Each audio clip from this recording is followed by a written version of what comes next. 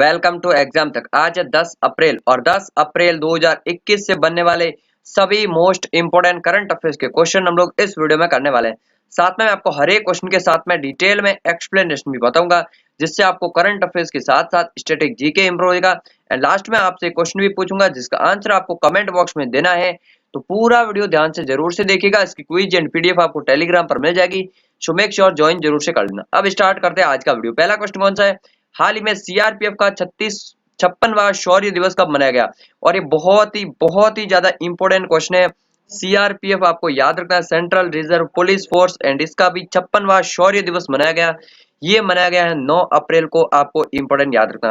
अब मैं आपको सीआरपीएफ के बारे में बता दूं, उससे पहले मैं ये बता दूं कि सीआरपीएफ का ये शौर्य दिवस क्यों मनाते हैं। एक्चुअल में मैं आपको बता दूं 1965 आप सभी को पता होगा इंडिया पाकिस्तान का वॉर हुआ था। एंड उस समय जो है कच्छ के रण में सरदार पटेल नाम से एक पोस्ट थी इंडिया पाकिस्तान बॉर्डर पर।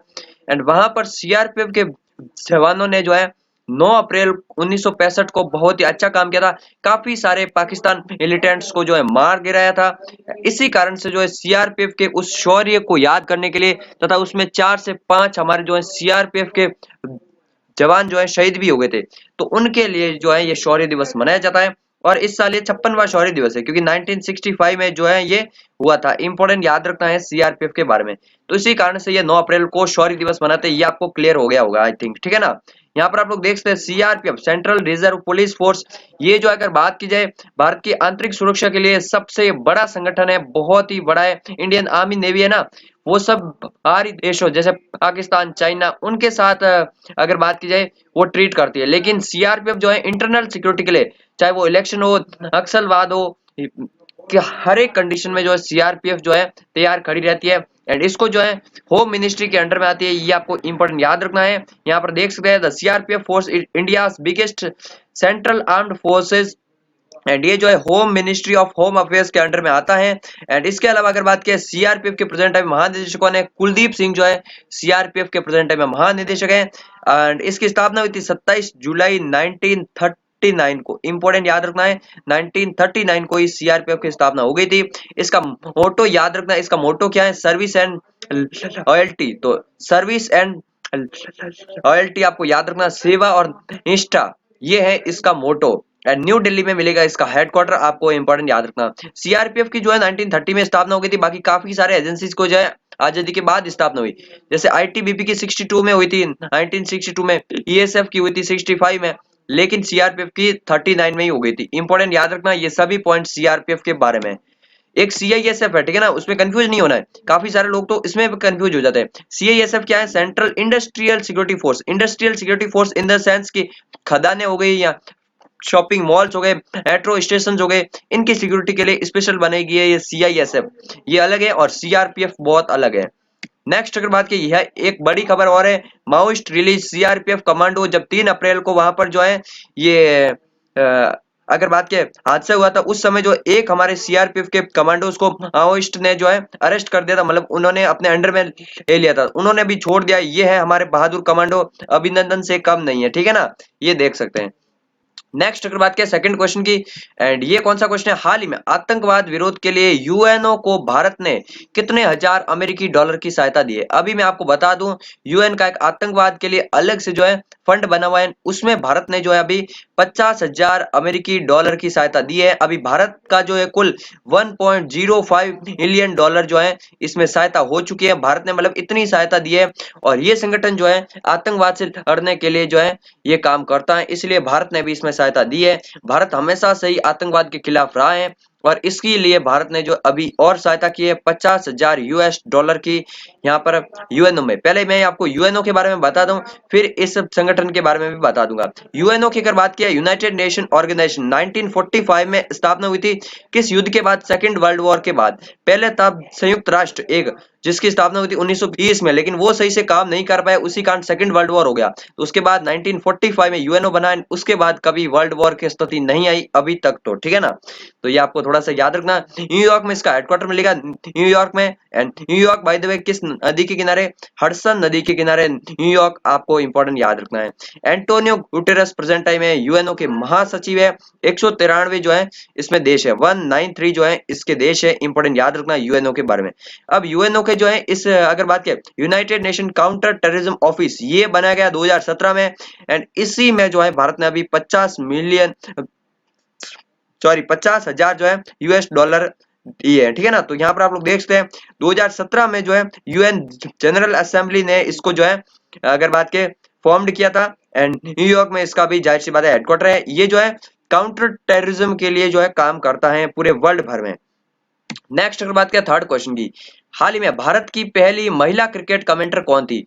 तो ये क्वेश्चन सीधा बन सकता है कि भारत की पहली महिला क्रिकेट कमेंटर कौन बनी थी जिनका हाल ही में निधन हो गया है? तो ये जो है सरोजिनी नायडू ऑफ कोर्स नहीं है, ये है चंद्रा नायडू, आपको इंपॉर्टेंट याद रखना है। एंड चंद्रा नायडू कौन है? तो सीके नायडू जी का नाम तो आपने जरूर से सुना होगा, सीके नायडू इंडिया के पहले टेस्ट कैप्टन है सीके नायडू। एंड इन्होंने जो है इनकी बेटी है, ये चंद्रा नायडू जो है ना, ये इनकी बेटी है सीके नायडू जी की, एंड इनका हाल ही में निधन हो गया चंद्रा नायडू का, जो की थी भारत की पहली महिला क्रिकेट कमेंटर। तो आपको थोड़ा सा इंपॉर्टेंट याद रखना है। बाकी सरोजिनी नायडू कौन थी? कांग्रेस की पहली महिला भारतीय अध्यक्ष। कांग्रेस, अब यहाँ पर 2 क्वेश्चन बनते हैं, हिस्ट्री का क्वेश्चन, लेकिन कोई बात नहीं, मैं करंट में करवा देता हूँ क्योंकि आपको तो एग्जाम से लेना देना है, ठीक है ना। तो अगर पूछ लिया जाए क्वेश्चन की कांग्रेस की पहली महिला अध्यक्ष कौन बनी थी? एनी बेसेंट बनी थी 1917 में, आपको याद रखना, कोलकाता अधिवेशन में 1917 याद रख लेना, एंड एनी बेसेंट बनी थी। उसके बाद अगर बात करें 1925 में बनी थी, ये 1925 में बनी थी सरोजिनी नायडू, कांग्रेस की पहली महिला भारतीय अध्यक्ष, क्योंकि एनी बेसेंट भारतीय नहीं थी, तो 1925 में बनी थी कांग्रेस की पहली महिला भारतीय अध्यक्ष सरोजिनी नायडू। आपको इंपॉर्टेंट याद रखना, कांग्रेस के कानपुर अधिवेशन में, ठीक है जी। एंड सुचिता कृपलानी, ये किसी भी स्टेट की पहली महिला मुख्यमंत्री थी, एंड सरोजिनी नायडू जो है आजाद भारत में किसी भी स्टेट की पहली महिला राज्यपाल थी। एंड ये दोनों ही किस राज्य के हैं? तो उत्तर प्रदेश राज्य की थी। उस समय इसको जो है संयुक्त प्रांत भी कहते थे। मिताली राज, आपको जाहिर सी बात है इंडियन फीमेल क्रिकेटर है। नेक्स्ट है चौथा क्वेश्चन, एंड फ्रेंड्स वीडियो को लाइक शेयर जरूर से कर देना, चैनल को सब्सक्राइब तो कर ही लिया होगा आपने अभी तक, मुझे बोलने की जरूरत नहीं है। बेल आइकन को चेकआउट कर लेना, बेल आइकन दबा देना, और एग्जाम तक की वेबसाइट को जरूर से विजिट करना।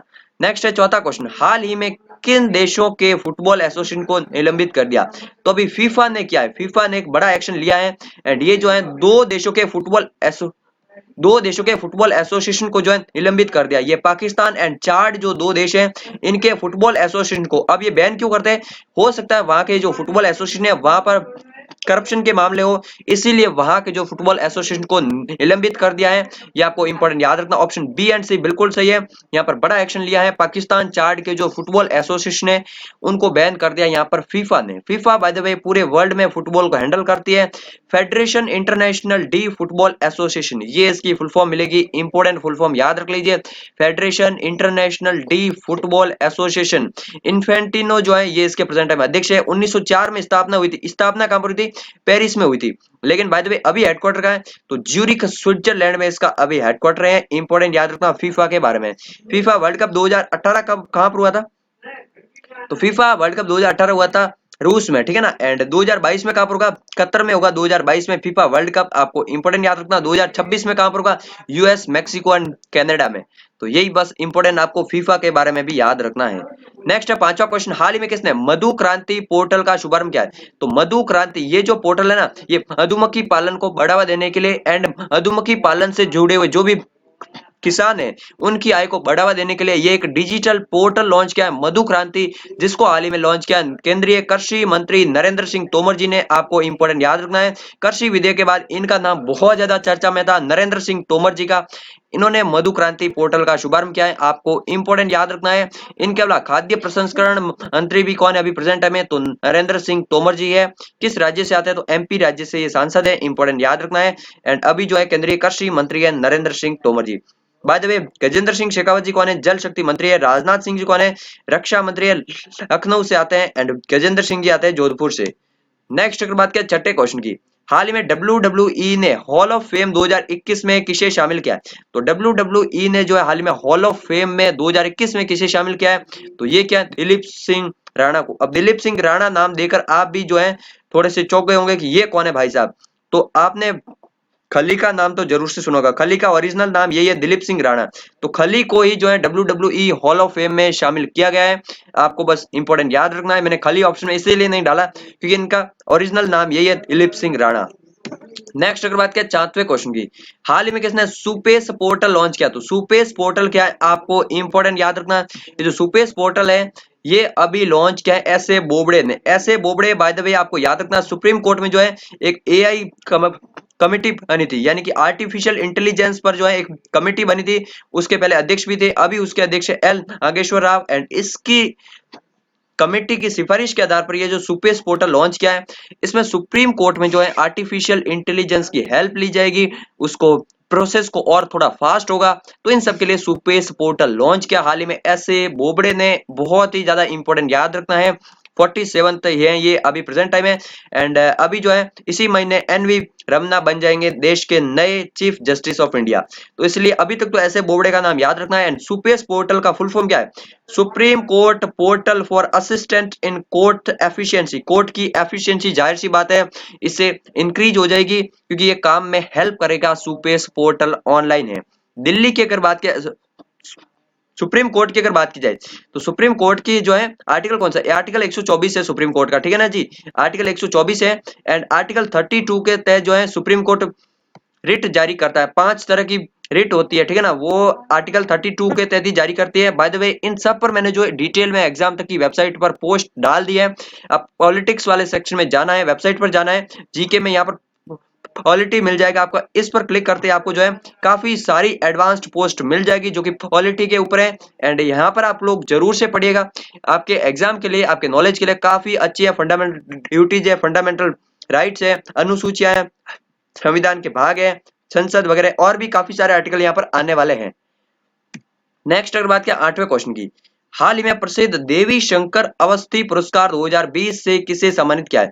इंपॉर्टेंट क्वेश्चन है यहाँ पर जो है देवी शंकर जो है ये पुरस्कार किसको दिया जाएगा, आपको थोड़ा सा इंपॉर्टेंट याद रखना है। तो ये अभी दिया जाएगा, आपको याद रखना, आशुतोष भारद्वाज को। आशुतोष भारद्वाज को जो है देवी शंकर अवस्थी अवार्ड 2020 से सम्मानित किया जाएगा। इनकी पुस्तक है पितृवधु, सॉरी पितृवध जो है ये इनकी पुस्तक है, पितृवध पुस्तक के लिए देवी शंकर अवस्थी पुरस्कार मिला जाएगा। आपको थोड़ा सा इंपॉर्टेंट याद रखना। अच्छा, सुमन चक्रवर्ती को क्या मिला है? 30वां जीडी पिडला पुरस्कार। तो इंपॉर्टेंट याद रखना, 30वां जीडी पिडला पुरस्कार सुमन चक्रवर्ती को मिला है। रजनीकांत को क्या मिला है? इस बार दादा साहिब फाल्के अवार्ड मिला है। एंड शरद कुमार लिम्बाले को सरस्वती सम्मान मिला है। तीनों, ये चारों जो है ना ऑप्शन बहुत ही ज्यादा इंपॉर्टेंट मैंने डाले हैं, ताकि आपको टाइम टाइम जो है रिवाइज होते रहे एंड डेली करंट अफेयर्स में आपको याद हो जाए। तो शरद कुमार लिम्बाले को मिला सरस्वती, रजनीकांत को मिला दादा साहिब फाल्के, सुमन चक्रवर्ती को मिला है जीडी बिड़ला पुरस्कार। ये था आज का करंट अफेयर्स का वीडियो। अब एक कल के सवाल का आंसर, फोर्ब्स द्वारा अरबपतियों की वार्षिक सूची में जेफ बेजोस अमेजोन की जो है वो टॉप पर हैं, आपको इंपॉर्टेंट याद रखना। वैसे वर्तमान कौन क्या की वीडियो मैंने बना लिए, अब शायद मैं आज इसको अपलोड कर लूंगा, वो बहुत ही ज्यादा इंपॉर्टेंट रहेगी, जिसमें सभी लेटेस्ट अपॉइंटमेंट का जो है एक ही वीडियो मैंने सूची में डाल दिया है, वो वीडियो जरूर से देख लेना। बाकी अगर बात कीजिए इसमें, इंडिया जो है थर्ड मोस्ट बिलियनियर्स वाला कंट्री बन चुका है, यानी कि तीसरा सबसे बड़ा अरबपतियों का देश जो है ये इंडिया है, यूएस एंड चाइना के बाद में, आपको इंपॉर्टेंट याद रखना। अब आज का क्वेश्चन नहीं है, आज का आपके पास बहुत सारा है, राइट अबाउट आईपीएल। आईपीएल शुरू हो चुका है कल से, तो आईपीएल के बारे में लिख डालिए। वैसे हमको ज्यादा कुछ नहीं चाहिए, आईपीएल कब स्टार्ट हुआ, अभी जो है सबसे ज्यादा बार चैंपियन कौन रही, 2008 में, सॉरी 2008 में जो है पहली बार चैंपियन कौन बनी थी, ये सब डिटेल जरूर से कमेंट बॉक्स में लिखिए, फुल फॉर्म क्या है। एंड तो मिलते हैं एक नए वीडियो में, तब तक के लिए जय हिंद जय भारत।